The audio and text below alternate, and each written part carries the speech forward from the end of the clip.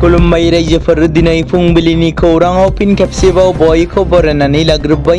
दासिमनि खौरांफोरा जाबाय। गिबि खौराङाव दङ जोबथारनायाव फ्रान्सनि हेंथायै स्पेनआ देरहासार जानानै मैयानि सेमिफाइनालाव स्पेनआ फ्रान्सखौ 2 गलाव फेजेननानै सेमिफाइनालनिफ्राय फाइनालाव सौहैनो हाबाय, जेराव गोबां फ्रान्स मोजां मोनगिरि एबा अनसायगिरिफ्रा दुखु मोननाय फोरमायदों, जेराव स्पेनआ फ्रान्सखौ 2 गलाव फेजेनो आरो स्पेनआ फाइनाल राउन्डआव सौहैनो हाबाय फिफा वर्ल्ड कापआव।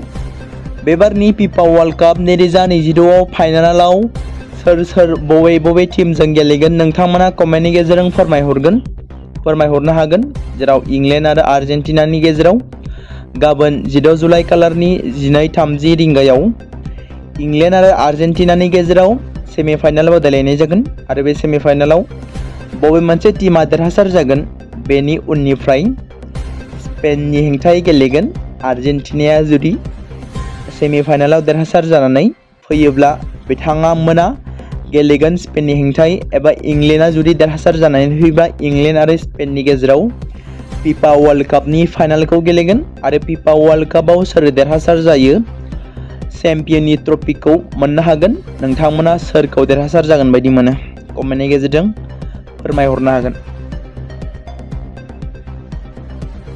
बर'फोरनि गेजेराव गादां मुंनि गोदान मोनसे दामजुनि जोनोम।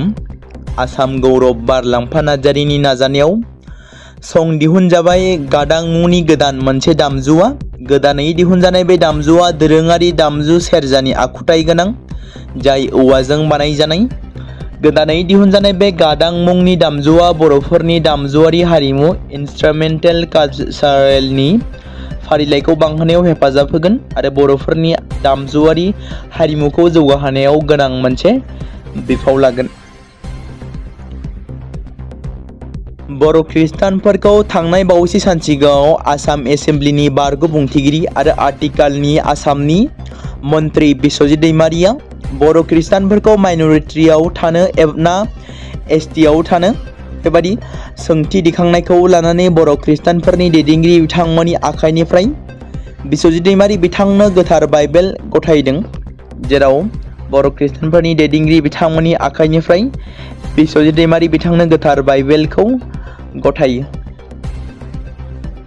बिटिसिनि चिफ हाग्रामा महिलारि एबा बिटिसिनि गाहाय खुंगिरि हाग्रामा महिलारिया बावनाय दैमानि सायाव 600 मिटार अरायथा नङै औवानि दालांखौ बेखेवो थाबैनो जागायगोन होनना आरसिसि दालां क'क्राझार आरो धुबुरी जिल्लानि सिमा ओनसोलाव थानाय सुबुंफोरखौ फोनांजाब गोहोखौ फोसाबनो आरो सुबुंफोरखौ थाबैनो रैखाथि होनो थाखाय मोनसे मख'जाथाव आगान होनानै बड'लेण्ड टेरिटरियेल काउन्सिल थामहिनबा बिटिसिनि गाहाय हाग्रामा महिलारिया मैया तुम्बागान घाटआव बावनाय दैमानि सायाव 600 मिटार गोलाव अरायथा नङै औवानि दालांखौ बेखेवो आरो बे दालांखौ बिटिसिनि सोरखारा एबा बिटिसि सोरखारा रायजो राजाफोरनि सुबिदानि थाखाय गावनो खरसा खालामनानै लुफुंदों।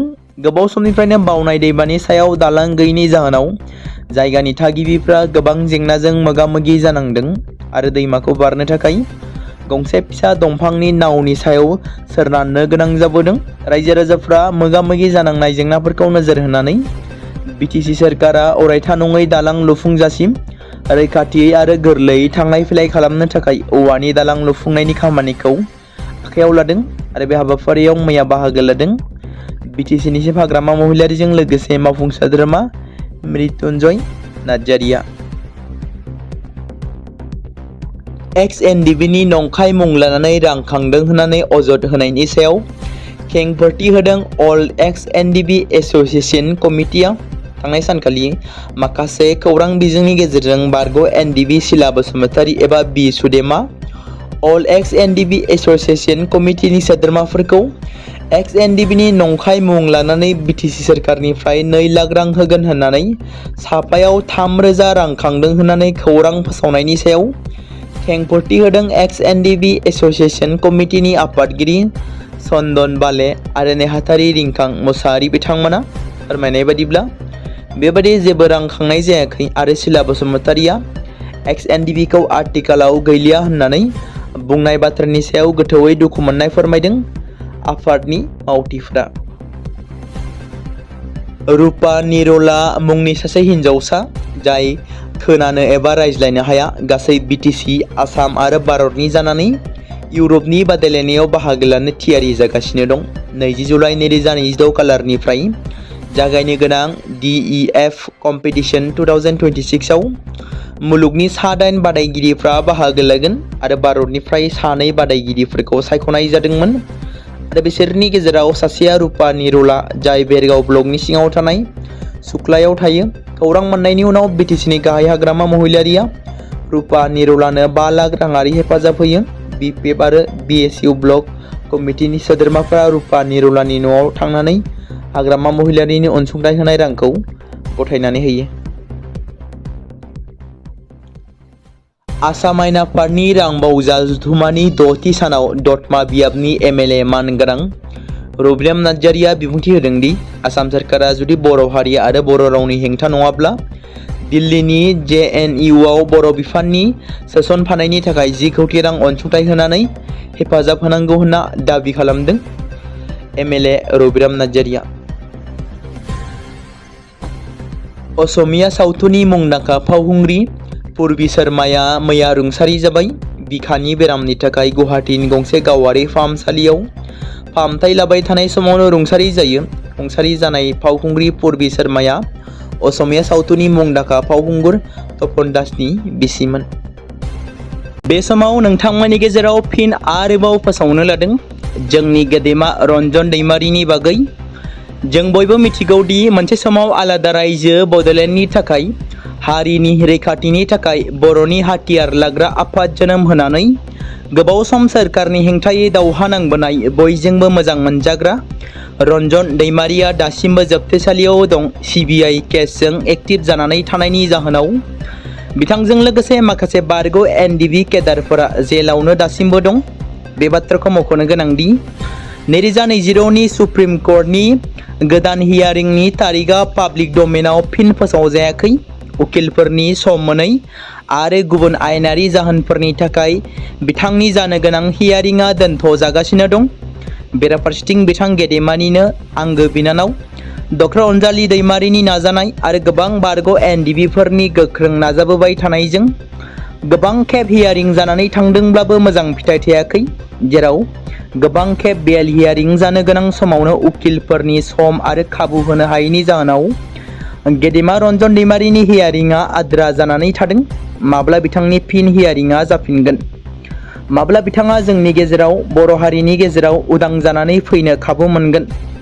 बेराफारसेथिं बर'नि गोबां गोजौ थाखोआव थानाय दैदेनगिरि राजखान्थिगिरि खुंथाय सोरखाराव थानाय दैदेनगिरिफोरखौ आथिखालाव गेदेमा बिथांनि फारसे जेबो बाथ्रा बुङै उदां खालामनांगौनि थाखाय सोरखारनि हेंथायै बाथ्रा बुंनायखौ नुनो मोनाखै।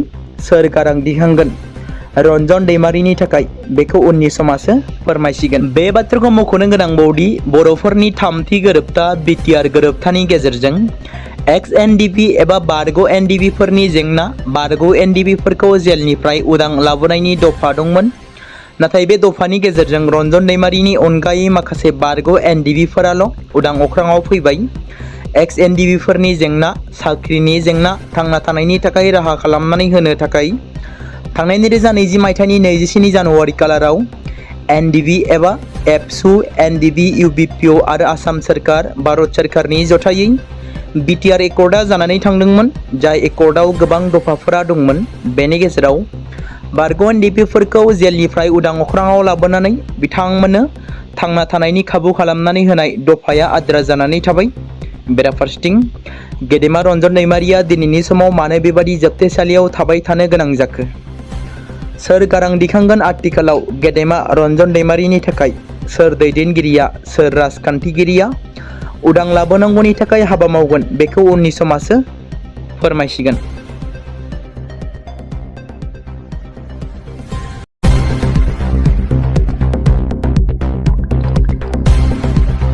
बे समाव मोनसे गोजोनथाव खौरां बाक्सा जिल्लानि बरमायाव थानाय रुरेल एकाडेमिया लानानै फैदों नोंथांमोननि थाखाय मोनसे गोजोनथाव खौरां। थांनाय SSLC आरो हायार सेकेन्डारिनि आनजादाव जाय फरायसा आरो फरायसुलिफोरा उथ्रिसारनो हायाखैमोन एबा फेल जादोंमोन, बेनि थाखाय रि-एग्जाम होफिननो गोसो गुदुं फरायसाफोरा थाबैनो बरमा सेकेन्ड गेटआव थानाय रुरेल एकाडेमियाव मुं थिसनफैनानै मेट्रिक आरो एचएस आनजादखौ होफिननो हागोन। बेनि अनगायैबो जाय फरायसाफोरा थांनाय मेट्रिक आरो एचएस आनजादाव नांगौ बादि जौखोन्दो एबा मार्क्स लानानै उथ्रिसारनो हायाखैमोन, बिथांमोनाबो बे रुरेल एकाडेमियाव एडमिशन खालामफैनानै मार्क्स इमप्रुभमेन्ट खालामनो हागोन। स्ट्रिम हिसाबै आर्ट्स, साइन्स आरो कमार्सनि गासैबो फरायसाफोरा रुरेल एकाडेमियाव एडमिशन खालामनो हागोन। बेनि थाखाय थाबैनो 8761903455 नङाब्ला 87203585 जानबुं नम्बराव जगाजग खालामहरनो हागोन।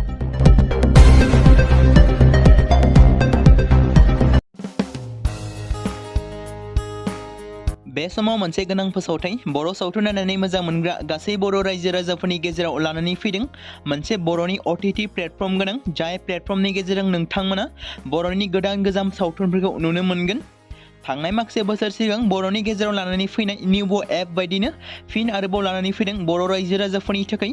बे बाथ्राखौ मख'नाया गोनांदि 2025 मायथाइनि जानुवारि दानाव ओंखारनाय आंगो स्ट्रिम मुंनि मोनसे OTT प्लेटफर्म गोनां निउबो एपनि गेजेरजों नोंथांमोना गोबांथार बर'नि सावथुनफोर जेरै ट्रेजेडि, रमान्टिक, एक्शन आरो कमेडिजों बुंफबनाय सावथुनफोरखौ नुनो मोनगोन।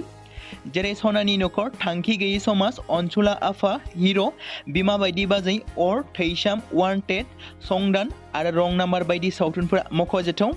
बेफोर सावथुनफोरखौ नायनो थाखाय नोंथांमोना गिबियावनो आंगो स्ट्रिम एपखौ गावनि मबाइलाव थानाय प्ले स्ट'रनिफ्राय डाउनल'ड खालामनानै लोगोसे इनस्टल खालामनानै गावनि मबाइल नाम्बारजों लगइन खालामनानै लाग्रोनांगोन।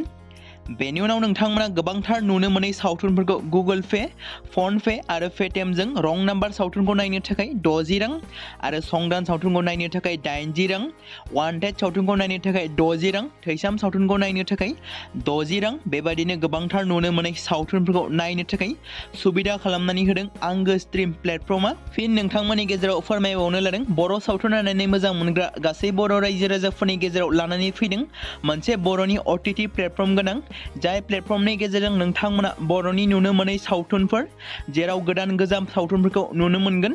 बे बाथ्राखौ मख'नाया गोनांदि 2025 मायथाइनि जानुवारि दानाव दिहुनजानाय आंगो स्ट्रिम मुंनि मोनसे OTT प्लेटफर्म गोनां एपनि गेजेरजों नोंथांमोना गोबांथार बर'नि ट्रेजेडि, रमान्टिक, एक्शन आरो कमेडिजों बुंफबनाय सावथुनफोरखौ नुनो मोनगोन। जेरै रं नाम्बार, संदान, वान्टेड, थैसाम, अर, बिमा बायदि बाजै, हिर', अनसुला आफा, थांखि गैयै समाज, सनानि नखर बायदि बायदि सावथुनफ्रा मख'जाथाव। बेफोर सावथुनफोरखौ नायनो थाखाय नोंथांमोना गिबियावनो आंगो स्ट्रिम एपखौ गावनि मबाइलाव थाखानाय प्ले स्ट'रनिफ्राय इनस्टल खालामनानै गावनि मबाइल नाम्बारजों लगइन खालामखांनायनि उनाव नोंथांमोना गोबांथार नुनो मोनै सावथुनफोरखौ गुगोल पे, फन पे आरो पेटिएमजों रं नाम्बार सावथुनखौ नायनो थाखाय 60 रां, संदान सावथुनखौ नायनो थाखाय 80 रां, वान्टेड सावथुनखौ नायनो थाखाय 60 रां, थैसाम सावथुनखौ नायनो थाखाय 60 रां बेफोरबायदिनो अर सावथुनखौ नायनो थाखाय 60 रां पे खालामनांगोन। बेबायदिनो गोबांथार नुनो मोनै बर' सावथुनफोरखौ नायनो थाखाय सुबिदा खालामनानै होदों आंगो स्ट्रिम प्लेटफर्मा। बे समाव मोनसे गोजोनथाव खौरां, क'क्राझार जिल्लानि सिङाव थानाय बड'लेण्ड एकाडेमि सिनियर सेकेन्डारि स्कुला लानानै फैदों BTC हालामनि थाखाय मोनसे गोजोनथाव खौरां।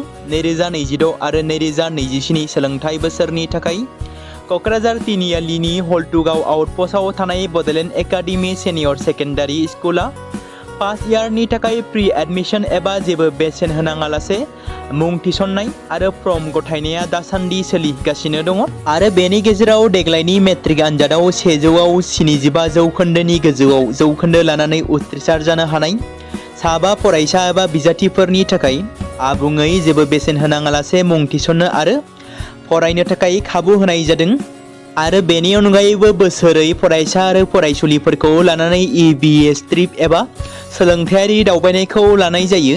मख'जाथावदि बे बड'लेण्ड एकाडेमि सिनियर सेकेन्डारि स्कुलाव आर्ट्स स्ट्रिमनि थाखाय आयदा हिसाबै इंलिश, ML बड', political science, education, history, economics, advance बड' गासैबो आयदाखौ मोननो हागोन आरो बे सेकेन्डारि स्कुलाव इंराजि आरो बर' बिजोङा थागोन। मोजां सोलोंथाइ लानायनि अनगायैबो बड'लेण्ड एकाडेमि सिनियर सेकेन्डारि स्कुलाव उफ्रा सोलोंथाइ हिसाबै एनभायरनमेन्ट फिल्ड स्टाडि बायदिखौ लानानै सोलोंथाइ लानो हागोन। बेनि अनगायैबो बे फरायसालियाव हौवासा आरो हिन्जावसाफोरनि थाखाय आलादा आलादायै हस्टेलनि खाबुफोर होनाय जादों। बेनि थाखाय नोंथांमोना आबुङै मिथिबावनो थाखाय एबा थोंजोङै फोनांजाब खालामहर 9101488399 जानबुं नम्बराव।